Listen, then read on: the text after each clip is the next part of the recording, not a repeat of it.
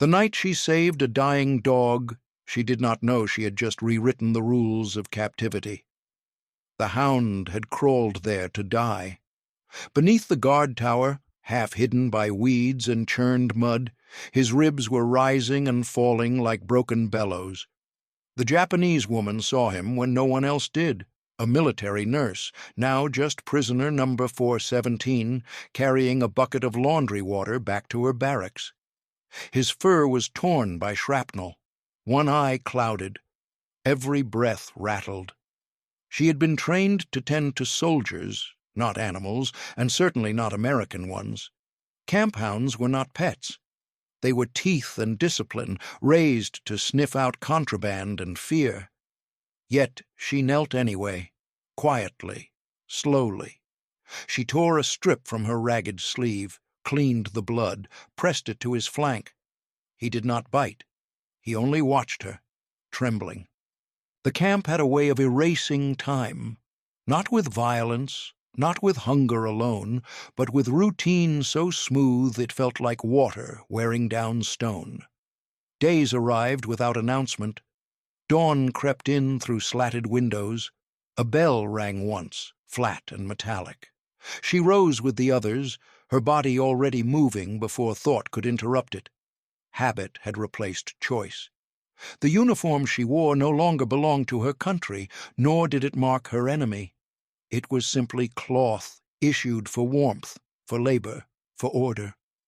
She had once worn white, in field tents, soaked with blood and iodine, where men screamed, and the air itself seemed to vibrate with despair. Now she wore gray, unadorned, anonymous. She had been trained to preserve life only so it could return to battle. That had been her purpose, a cruel kind of healing. She told herself she had learned not to think beyond that. Yet here, behind American fences, there were no charges, no whistles, no artillery breaking the seams of the world. Only order, only quiet. Morning roll call, breakfast line, work detail, every movement catalogued, every hour accounted for. The Americans called it procedure. She called it wait. The food arrived regularly. The stew was warm. There was bread that did not taste of sawdust, soap that smelled faintly of flowers. It was the strangest insult of all. Not starvation, not cruelty, but efficiency, as though suffering had been filed away as unnecessary. She washed uniforms in long metal basins, the water steaming against her wrists. American fabric, American insignias, cloth belonging to men who had fought the men she once tended in mud. And yet, as she scrubbed, the act itself felt familiar. Water, stains, the world reduced again to texture and repetition. She could almost pretend she was simply working in a hospital laundry somewhere inland, away from front lines and flags. In Japan, discipline had been built on pressure, on pain. The strike of a superior officer's hand had been considered instruction. Here, correction came in silence.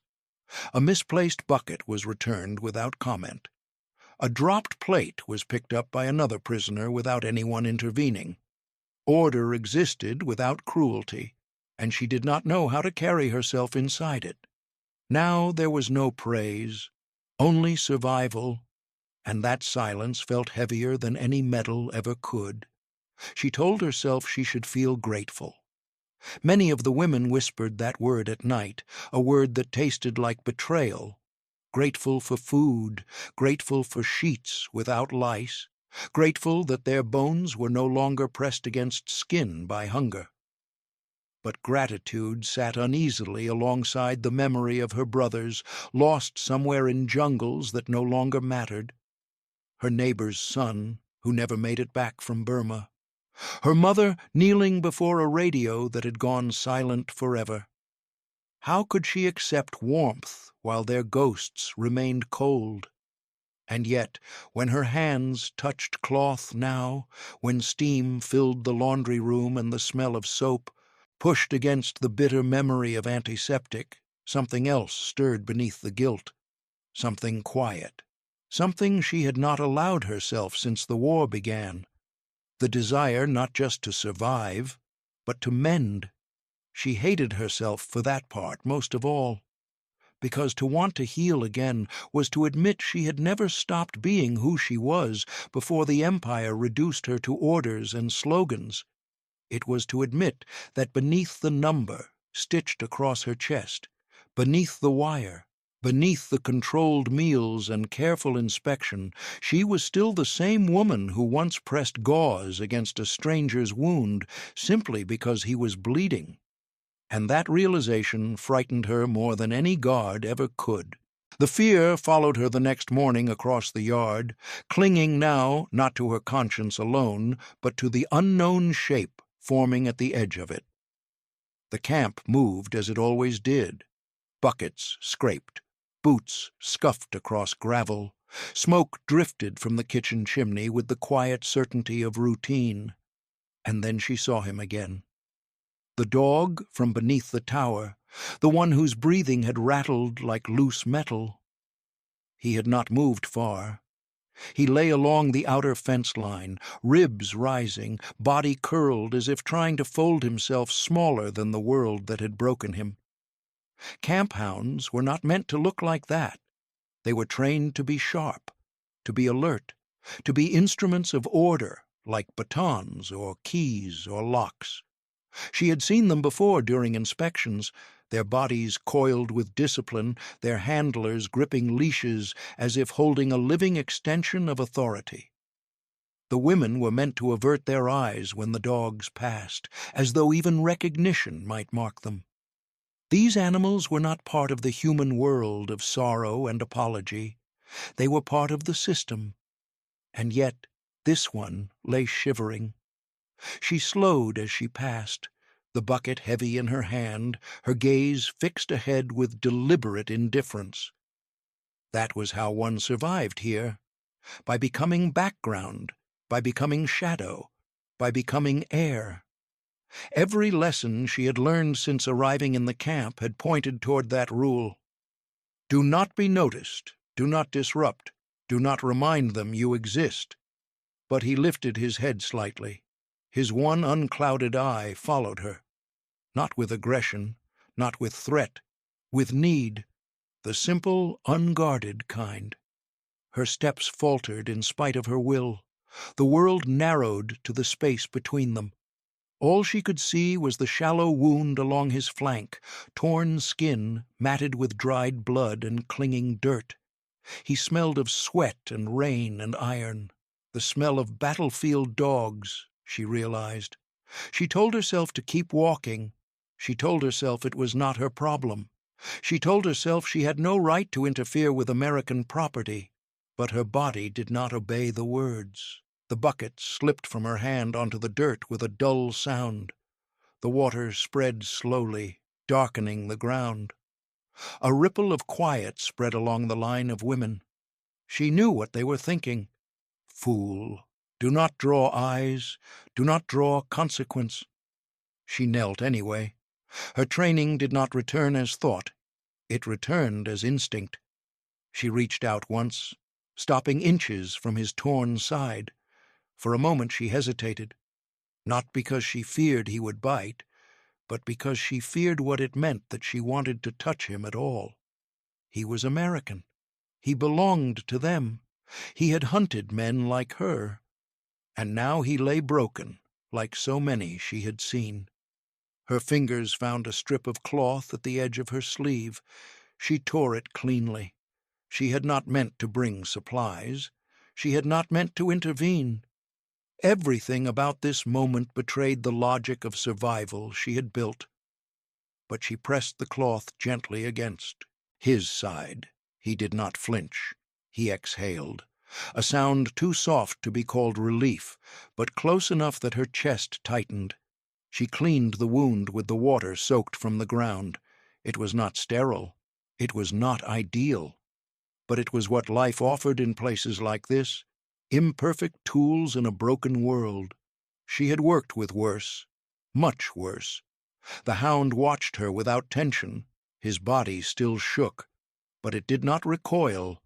She realized then the danger was not in his teeth. It was in what she was allowing herself to feel: purpose, the dangerous kind, the kind that seeped quietly through a person until survival alone no longer seemed enough. Her fingers worked slowly. She applied pressure. She tied the cloth. She checked his breathing like she had checked breath 1,000 times before. When she finally withdrew her hand, her palms were stained. Not bright like battlefield blood. Dull, tired, the color of war that had already taken too much. She stood. She picked up the bucket. She walked away without looking back, because if she had, she knew she might not have been able to leave him at all. The first warning came before noon, quiet but urgent, like a fault line speaking beneath the soil. A woman she barely knew intercepted her near the wash line, fingers tightening around her sleeve with a desperation that felt almost animal in itself. Her voice was low, sharp with fear that had been sharpened by years of sirens and shortages. She told her to stop, to disappear back into the shapeless safety of obedience, to not draw the eyes of the tower toward all of them. Around them, the rest of the women bent lower over their work, scrubbing fabric with exaggerated focus, as if exertion itself could blur them into the background. They understood the rule of survival better than anyone. Invisibility was protection. To be noticed was to become a risk not only to oneself, but to everyone sharing the same row of bunks and the same guarded air. She worked slowly, as she had learned long ago on battlefields where haste often meant death. The wound had begun to tighten at the edges in the wrong way, inflamed, uneven, the first signs of infection creeping like an invisible enemy beneath torn flesh. She pressed the soap gently along the margins. The Hound flinched once, a restrained tremor passing through his body, then grew still again. His trust did not explode into sudden loyalty. It formed in small, almost imperceptible shifts, the way he no longer bared his teeth, the way his breathing steadied when her hand rested near his ribs, the way his body stopped recoiling at her shadow. He had been trained for aggression, shaped for control, and yet here he lay surrendering not to force, but to touch. Behind her, the gravel shifted under approaching boots.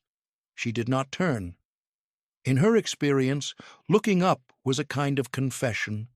She felt the guard's presence as weight rather than sound, his shadow stretching across her hands and the ground around the dog.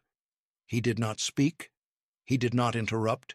He simply stood there, the way men do when they are deciding how much power to use. His silence cut deeper than any command. It was not approval. It was not restraint. It was assessment. She kept working as though he did not exist, focusing on the careful pressure of her fingers, on the dog's breath, on the simple physics of wound and skin and blood. After a long moment, the shadow shifted. His boots scraped once more against the gravel, and then he walked away, leaving behind only the strange residue of being seen without being judged. The next day, when she returned again, he lifted his head before she reached him. His movement was weak but deliberate, as if recognition itself required effort. She carried a small scrap of meat hidden against her palm, and when she placed it near his mouth, he took it slowly, carefully, his tongue rough against her fingers. She watched his jaw work, the steady rhythm of chewing and swallowing, as if monitoring a fragile patient in a collapsing field hospital. It was no longer just an animal she tended. It was a life that had chosen not to retreat from her presence.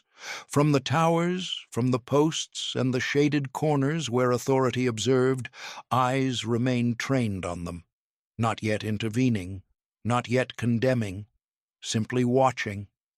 And with every return, with every moment her hands resumed their work, she stepped further away from the safety of being unnoticed and deeper into something she could not undo. She had crossed a threshold not marked by wire or fences, but by choice. She had moved from being a figure carried by the system to one who acted within it, not loudly, not defiantly, but with a quiet persistence that no longer asked permission.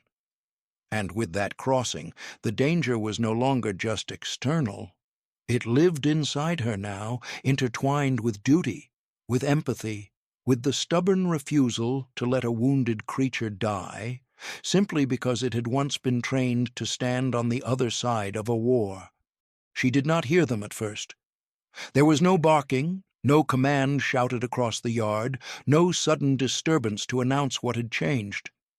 The morning slipped in exactly as it always did, pale and thin through the slats of the barracks, bodies rising in unison from narrow bunks, the faint rustle of fabric and quiet breathing filling the air. Everything felt ordinary until she stepped outside. Then she felt it, a subtle pressure in the atmosphere, like a storm forming without wind.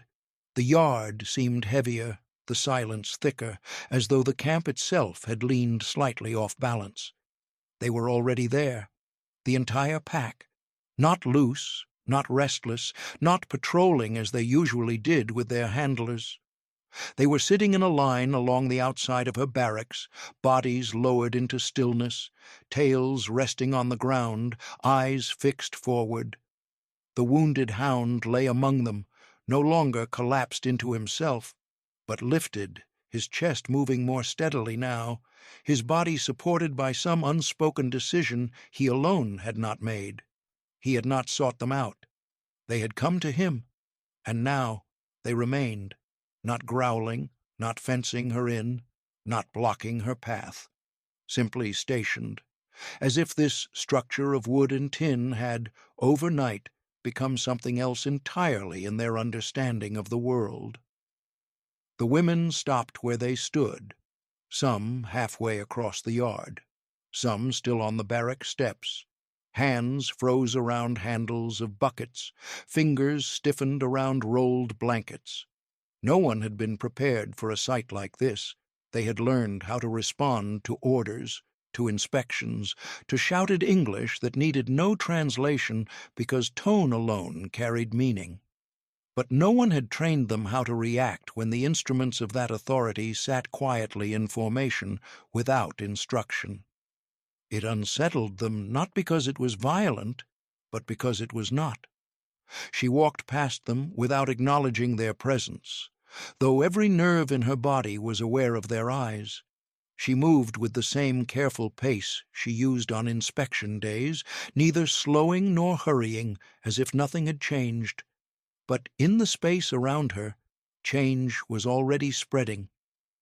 The women she passed did not step as close as before. Conversations thinned when she entered a room and resumed only after she left. It was not hostility that had taken hold, but distance born of uncertainty. The pack had made her visible, and visibility inside barbed wire was never a neutral thing. Suspicion settled over the camp like dust, slow and thorough. It did not explode into accusation. It drifted. It hung in the air, in the pauses between footsteps, in the glances that lingered too long before looking away. She felt it when meals were served and the line shifted slightly around her. She felt it when a guard's gaze held a fraction of a second longer than before. She felt it in the silence of women who had once spoken to her without hesitation. But beneath the suspicion, something else moved, a quieter current. Some looked at the dogs not with fear, but with wonder they did not dare name. They saw what she saw, whether they admitted it or not, that the animals were not responding to rank or command or nation. They were responding to something far more primitive and far more rare, to the simple recognition of care. Her hands, her touch, the quiet in her movements. That was what they had followed, not her uniform, not her nationality, not the number stitched to her chest. And in doing so, they unsettled an entire structure built on division. Because if creatures trained to detect danger instead detected mercy, Then what else within this camp might be built on the wrong assumptions? What else, held together only by fear and certainty, might now begin to tremble under the pressure of something as simple and as dangerous as compassion? That question did not belong only to her. It spread with every whisper, with every glance toward the line of dogs resting outside her barracks. It settled into the air the way smoke once had over burning cities. Only this time it carried no fire, just doubt. That was what followed her when they finally called her name, spoken in a careful American accent that softened the syllables as if they did not belong fully in any language. It cut through the routine of the yard like a foreign note slipped into a familiar song. She looked up from the laundry basin, hands still deep in suds, soap clinging to her wrists, and saw a guard standing apart from the others, his posture straighter, his expression unreadable. He did not raise his voice. He did not command. He simply repeated the number stitched to her blouse and gestured with a gloved hand. Around her, the other women froze again, that small shared paralysis rising like mist along the wash line. She dried her hands on her apron, slowly, carefully, because haste would imply guilt. And calm, she had learned, unsettled her captors more than defiance ever could. The dogs rose when she stepped away, not sharply, not with excitement. Just a coordinated unfolding of bodies, fur shifting like a shadow moving across ground. The wounded hound led them, limping only faintly now, his stride unsteady but deliberate, as if to abandon her was no longer an option he considered possible. The sound of their paws on gravel drew eyes from every corner of the camp. Conversations halted, metal cups paused mid-air. Even the mess line stilled, thin steam rising from bowls of stew as if unsure whether to continue. She felt their presence behind her without looking. She was led into a low building near the administrative quarter, one she had never been inside before, its paint peeling softly at the edges like a tired attempt at permanence. The air smelled of paper, dust, and something unmistakably clean. She registered details automatically, the way she had once catalogued medical supplies after an air raid. A table, 2 chairs, a fan turning slowly in the corner, its rhythm repetitive, neutral, like a heartbeat that belonged to no one. 2 officers sat waiting. They were not young, not old. Their uniforms were pressed with quiet precision, not aggressive, not careless either. They looked at her the way men studied a problem that had not yet decided what it was. They did not shout. They did not threaten. They did not insult. They asked questions. Why had she approached the dog? Had she touched him before or after he was injured? Did she understand that camp animals had specific roles? Had anyone instructed her to interact with him? The questions were delivered without accusation. Their tone carried no punishment. That frightened her more than anger ever had, because anger revealed boundaries. Calm did not. She answered simply. She had seen him wounded. She had been a nurse. She had acted as she knew how. No one had told her to do it. No one had encouraged her. No one had asked her. One of the officers wrote as she spoke. The other watched her face as if her eyes might reveal something her mouth refused to. Their gaze was not cruel, but it was heavy. Not the violence of fists, the weight of scrutiny. Outside, she knew the dogs were waiting. Inside, she clenched her hands on her knees, feeling her nails dig into skin. When they finally dismissed her, there was no resolution, no warning, no reward, only a quiet nod and a dismissal as abrupt as it had begun. The uncertainty lingered like an unfinished sentence. Back in the yard, the patrol had already noticed the change. The dogs now moved with her without hesitation. When she was assigned to field work, They followed the distance allowed by leash and rule, pacing along the fence line that separated the work area from the central yard. When she queued for meals, they sat at a measured distance, not begging, not disrupting, but creating an undeniable presence that bent the rhythm of the camp around them. Every routine shifted slightly, because in a structure built on predictability, any unscheduled loyalty becomes disruption. And the dogs, though peaceful, were rewriting space. Lines shortened when she approached. Men hesitated before stepping between her and the pack. Tools were returned twice to storage. Doors that once slammed shut now lingered half a second longer, as if the camp itself were unsure how to behave around something it had not been designed to contain. She had not sought to disturb anything, but mercy, she realized, is never quiet in the long run. By choosing to heal where she had been told to ignore, she had pulled a fracture through the camp's order. The dogs merely made that fracture visible. They exposed it with their presence, with their refusal to categorize her as threat or asset or enemy. They had chosen to see her as something else entirely, and that choice unsettled authority far more than violence ever could, because violence fit into established language. Compassion did not. Each day eyes followed her more closely, not with malice, with calculation, with the kind of observation used when measuring currents beneath ice. She could feel the quiet discussion happening in places she would never enter. Offices, guardrooms, command posts where decisions were never announced until they had already shaped lives. She feared being made an example not because she had broken an explicit rule, but because she had exercised something the camp did not know how to manage. And no system built on control ever tolerates disruption for long. So she walked each day beneath their eyes, beneath their unspoken deliberations, with the dogs at her side, and the thin knowledge that her act of mercy, unintended, unplanned, had begun to demand a response the camp had not yet learned how to give.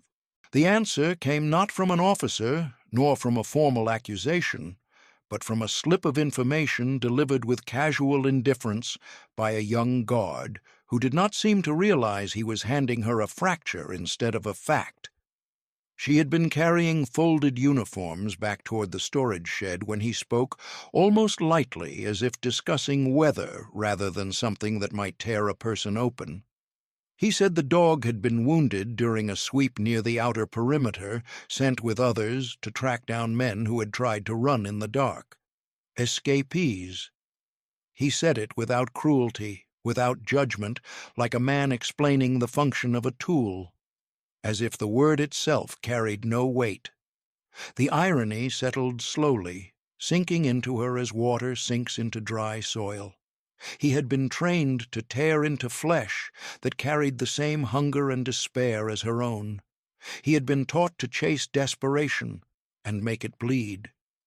And yet he had come back broken, not from battle lines or artillery fire, but from the quiet act of pursuing freedom that had never been allowed to them.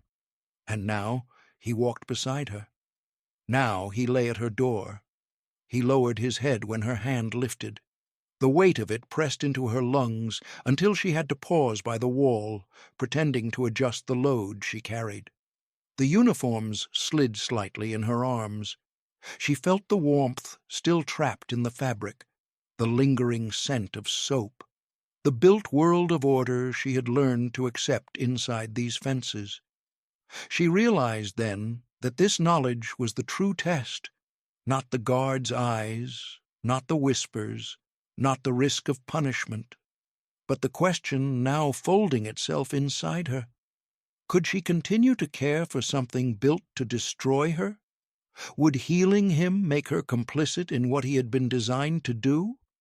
She had cleansed wounds before, thousands of them, Japanese bodies, Chinese bodies, sometimes even Allied bodies when front lines dissolved into chaos, and no one remembered who they were supposed to hate.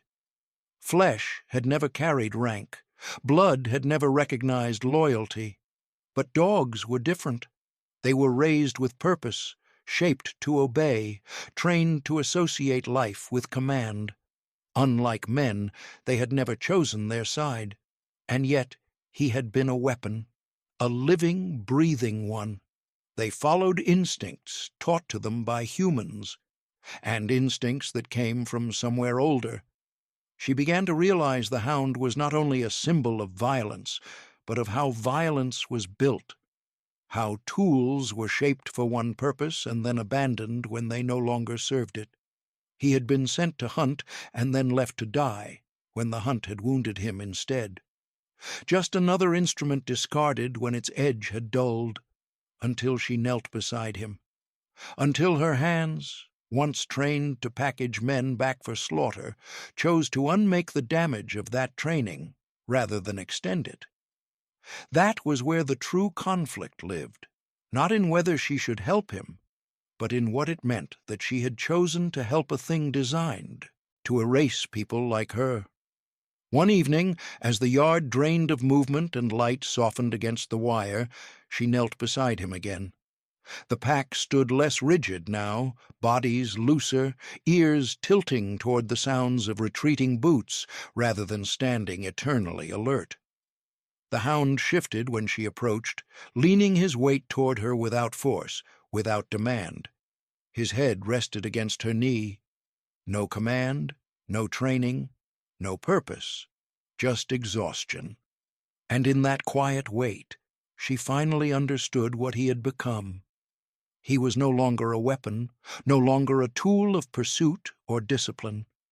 He was a thing that had outlived its function, like so many soldiers she had once stitched and sent back into smoke only for them to vanish again. He had been built for one world and had been wounded when that world collapsed around him. Just like her. And in that realization, she felt something inside her loosen. Not forgiveness, not absolution, but a fragile understanding that violence ends not when guns fall silent, but when what remains learns how to exist without needing to obey it anymore. The change did not arrive with announcements or altered rules pinned to boards. It arrived the way wind shifts direction without anyone seeing the moment it turns. Subtle, quiet, almost unnoticeable at first. A guard who once avoided her gaze now let his eyes meet hers before looking away. Another, passing her near the storage shed, slowed his stride instead of passing like she was a wall. A third, younger than the rest, offered a nod not of authority, but of recognition. It was nothing dramatic, no words, no gestures that would have mattered in a world built on hierarchy. But inside a camp where every expression had once been rigid, even the smallest deviation carried weight. Word had begun traveling beyond the fence without needing a voice. The woman with the dogs. That was how they began to refer to her, not by her number, not by her rank, not even by her nationality. Just a phrase, a soft one. Almost respectful. It moved from guard post to mess hall, from supply shed to perimeter, carried in the low tone men use when speaking about something unusual that unsettles them but does not threaten them directly. At first she felt exposed by it, as if her name had been replaced by a sign someone else had written. Yet with every time she heard it whispered, something her captors had stripped from her began to surface again. Identity, not given by papers or uniforms, but shaped by recognition. Small acts followed. A guard quietly left a piece of dried meat near the edge of the yard, not for her, he would later claim if pressed, but for the animals. Another allowed the Hound to remain beside her during an inspection that would once have demanded its removal. No rule had been changed officially, yet exceptions had begun to form like hairline cracks in stone. Those cracks mattered, because she felt the shift long before she dared to believe in it. When she passed a patrol now, she no longer held her breath the way she used to. When she walked past the administrative building, the tension along her shoulders did not tighten as sharply. She noticed the way some guards began to laugh in her presence without self-conscious restraint. Not laughter at her. Just ordinary sound, the sound of men forgetting for a moment that what stood before them was once labeled enemy. Yet the most unfamiliar sensation was not relief. It was something deeper. To be seen again as human, not as a tool of a fallen empire, not as a body attached to a number, not as a defeated figure bound by wire, but as a person whose actions had meaning beyond obedience or defiance. This recognition unsettled her more than cruelty had. Cruelty at least fit into expectations. It allowed walls. Recognition dismantled them slowly, without asking permission. And respect inside captivity carried a complicated weight. The balance of power had not reversed. She was still behind wire, still wearing cloth that erased origin, still counted each morning and night. But visibility had altered the way. She was shaped inside those walls. She was no longer an anonymous figure moving through tasks. She had become someone remembered, someone recognized for a quiet act that had forced the structure around her to adjust without uprising or violence. What she had done with her hands had become more powerful than any scream she could have offered, and in that the camp itself had shifted, not toward freedom, but toward acknowledgement. The guards still held the keys. The wire still held the horizon. But now, when they looked at her, they no longer saw only a prisoner. They saw the woman who had knelt beside a wounded weapon and refused to let it remain only that. They saw not surrender, but choice. And inside a system that had taught her she had none, that recognition carried a quiet, dangerous warmth, one that threatened not order, but the lie that she had ever been only what the war had called her. At first, the shift came in glances, small, hesitant, quickly withdrawn, like the shy flicker of candlelight before it steadies into flame. The same women who once angled their bodies away from her in the barracks now let their eyes linger a heartbeat longer when she passed. It wasn't warmth, not yet, but it wasn't fear either. Something gentler had replaced the edges of their caution. Something inquisitive, something alive. One morning, as she knelt by the wash basin, wringing out uniforms with the familiar rhythm she had memorized long before captivity, she sensed figures gathering behind her. Not silently, not with the rigid tension that used to accompany her presence, but with a sort of hesitant purpose. When she turned, 3 women sat on the low wooden steps near the barracks, their hands clasped loosely in their laps, their eyes fixed not on her but on the dogs sprawled in the dust beside her. The pack had grown relaxed around her, their bodies stretched lazily under the sun, ears twitching occasionally, but otherwise content in a peace that contrasted sharply with the rigid discipline they once displayed. The sight of those animals, guardians, symbols of authority, lying unguarded and unguarding beside a prisoner, carried a strange, disarming tenderness.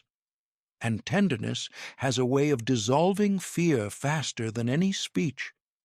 The women watched the dogs' slow breaths, the way their tails thumped faintly whenever she shifted, the way the wounded hound rested his muzzle against her boot, as though claiming something he did not have words for. Finally, one woman cleared her throat, her voice cracking from long disuse. "Does it still hurt him?" she asked. The question fell into the air with such simplicity that it startled her. Another woman leaned forward. "How did he know to come back to you? They're not gentle animals, they're not like this." A third woman, older, her hair streaked with a harsh gray that had arrived too early under the strain of war, tilted her head. "Did you speak to him? Or did he just understand?" Their questions were cautious, unsure of their right to ask, but beneath that uncertainty lay something undeniable. The first real crack in the wall that had separated her from the others. They were not interrogating her. They were trying to understand her.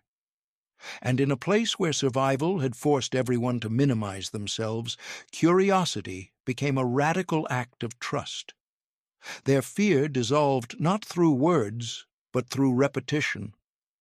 Each day the dogs behaved the same, calm, loyal, predictable only in their desire to remain beside her. And when fear is not fed, it starves. Soon the prisoners began retelling the story in their own ways.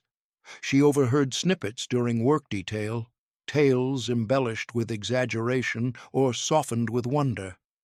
In one version, she had healed the Hound with a mere touch.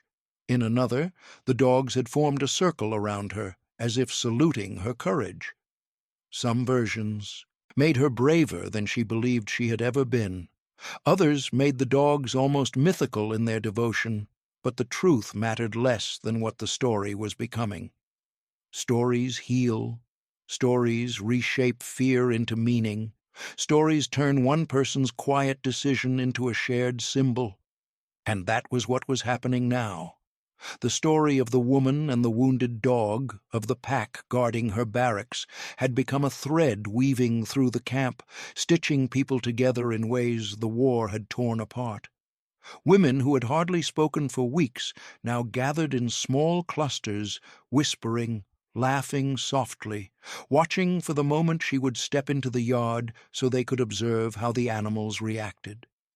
It was as if her presence, once a source of unease, had become a kind of hearth they gravitated toward.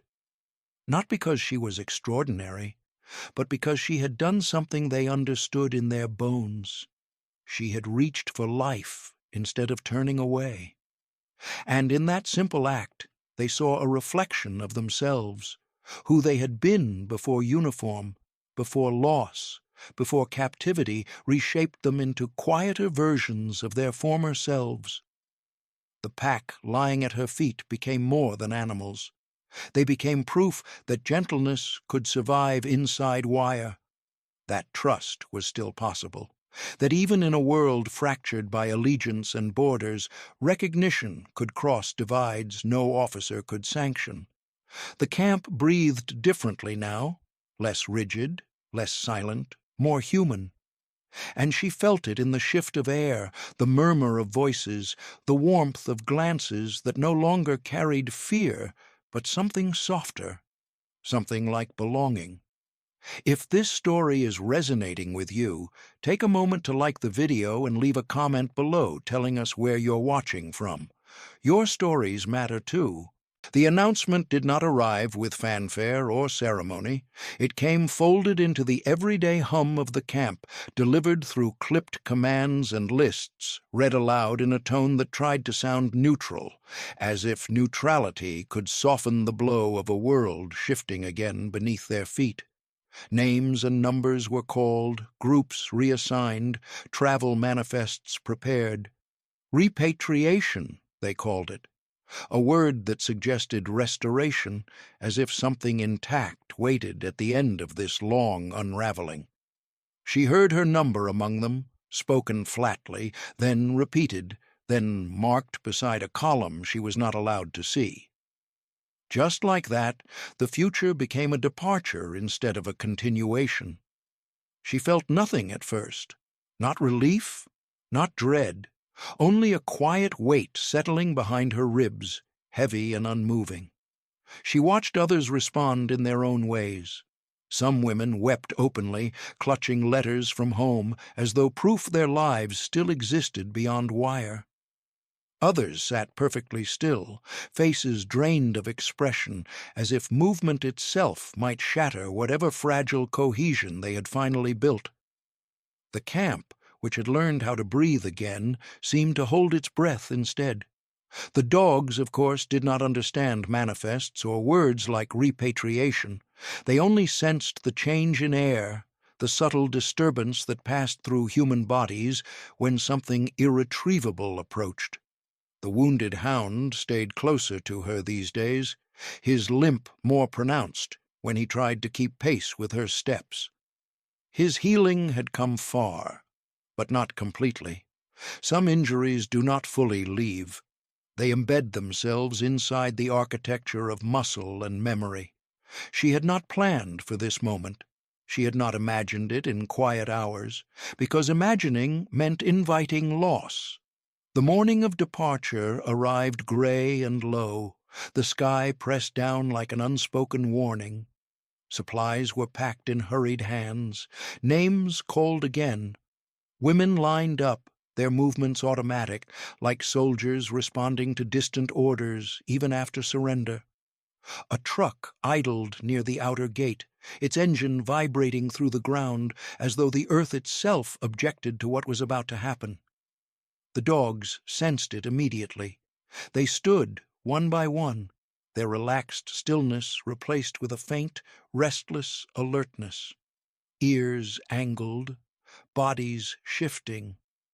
The wounded hound pushed himself forward first, placing his weight unevenly on his front legs as he approached. His breath came heavier now, not from pain, but from urgency he could not name. She stepped toward the line without looking down at them, because if she looked too directly, too deeply, she knew she would not be able to climb into the vehicle at all. But he followed, his paws making small, dull sounds against gravel, a rhythm she had come to understand as his presence, his proof of life, his way of anchoring her to the ground. Several guards watched quietly. None stepped forward. None broke the moment. Power has a way of pausing when it recognizes something it cannot command. The truck's side rail was cold beneath her hand when she climbed. The wood had been handled by many others before her, smoothed by repetition, worn by the weight of departures that had meant both escape and exile. She settled on the narrow bench inside, her eyes still fixed somewhere beyond the immediate scene, as if refusing to form a picture her mind could not yet survive. The engine deepened its rumble. Dust lifted around the tires. The truck shifted forward a fraction. That was when he broke formation. The wounded hound limped after the moving vehicle, his stride uneven, his breath sharp, his body leaning into motion as though he could outrun what his instincts already knew. The others did not follow immediately. They watched him, then stepped slowly behind, not barking, not resisting, just moving with a gravity that made the moment heavier than any shout. He kept coming, past the edge of the yard, past the distance he had never crossed, toward the fence where wire turned movement into barrier. She turned then, not fully, just enough. Their eyes met once more through the rising dust, and then the fence ended his path. He reached it and stopped, front paw lifted, chest heaving, his body angled toward her, as if he still believed, for one final second, that proximity alone could bend reality. The wire held firm. The order of the world reasserted itself. He did not bark, he did not whine, he simply watched. No goodbye had been formed between them. There had been no chance for ceremony or touch or last gestures that human hearts rely upon to soften separation. There was only that single moment of mutual recognition, heavy with everything they had come to mean to one another without naming it. War had begun with explosions, orders, chaos, and declarations. It had shattered cities and reshaped lives with fire and noise and flag-filled speeches. But its endings were rarely like that. And in that stillness, she understood something she had not allowed herself to before. Not every bond is meant to end with closure. Some simply dissolve into distance, carrying their meaning forward not through remembrance, but through the way they have altered the shape of one's heart. As the truck disappeared beyond the final bend of the road, the dust settled. The dogs turned slowly back toward the yard. The fence resumed its function. The camp returned to its restless waiting, and she sat upright, hands folded in her lap, carrying with her not just the memory of captivity, but the quiet knowledge that somewhere behind her, a hound built for war had once chosen peace instead. Time moved forward because it always does, whether it carries people gently or drags them without apology. The transport took her to places that no longer held fences or towers, to ports and holding centers, and finally back across an ocean that looked impossibly wide after so long behind wire. She returned to a country altered beyond recognition, streets both familiar and foreign, buildings standing where others had been erased, voices speaking of reconstruction as if anything shattered could truly be rebuilt the same. She was no longer called a prisoner, no longer assigned a number, no longer counted at dawn or dusk. Yet the absence of watchtowers did not mean the absence of memory. She found work in a small clinic on the edge of a city still stitched with scars from ash and fire. They rarely asked about her past. People had grown careful with such questions. Everyone carried pieces of something broken. Returning soldiers came with their own quiet fractures. Widows carried silence more than grief. Children played among ruins without knowing what used to stand there. Her hands returned to what they had always known, cleaning wounds, wrapping bandages, listening to breath that trembled or steadied. Healing had become her only language that still made sense.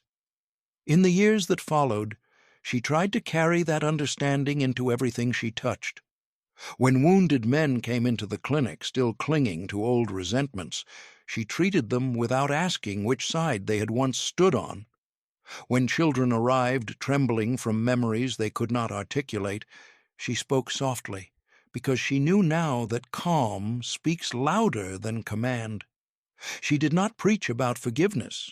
She had learned that forgiveness, like trust, cannot be ordered. It must be offered quietly and received freely. Sometimes she would walk past the outer fields at dusk and hear dogs barking in the distance, sharp and trained and purposeful. Each time she paused, letting the sound move through her without resistance. She did not flinch as she once had. She allowed the memory to exist without reopening the wound it came from, because time had softened its edges, because pain, when understood, does not disappear, but transforms. She never learned what became of the pack, whether they eventually returned to routine patrols, whether they were transferred, whether the wounded hound's limp ever fully faded, or if it followed him until his body no longer moved at all. That knowledge was never offered to her, and perhaps it did not need to be. Some stories are not meant to be completed with facts. They are completed with meaning, and his meaning had already outlived the wire that once contained him. When she lay down at night, long after the war had become something history books spoke of in measured tones, she sometimes closed her eyes and allowed herself to return to that morning, to the way the light had cut across the yard, to the stillness of the pack, to the feeling of being watched not with threat, but with recognition. She did not remember it because it had saved her. She remembered it because it had changed her. In a world determined to draw lines between enemy and ally, captor and captive, it had shown her something borderless, that humanity does not belong exclusively to humans, that loyalty is not born only of command, and that sometimes the most powerful act in times of war is not to destroy what threatens you, but to care for what sees you anyway. If this story stayed with you, like this video, and leave a comment telling us where you're listening from. Your voice becomes part of this journey.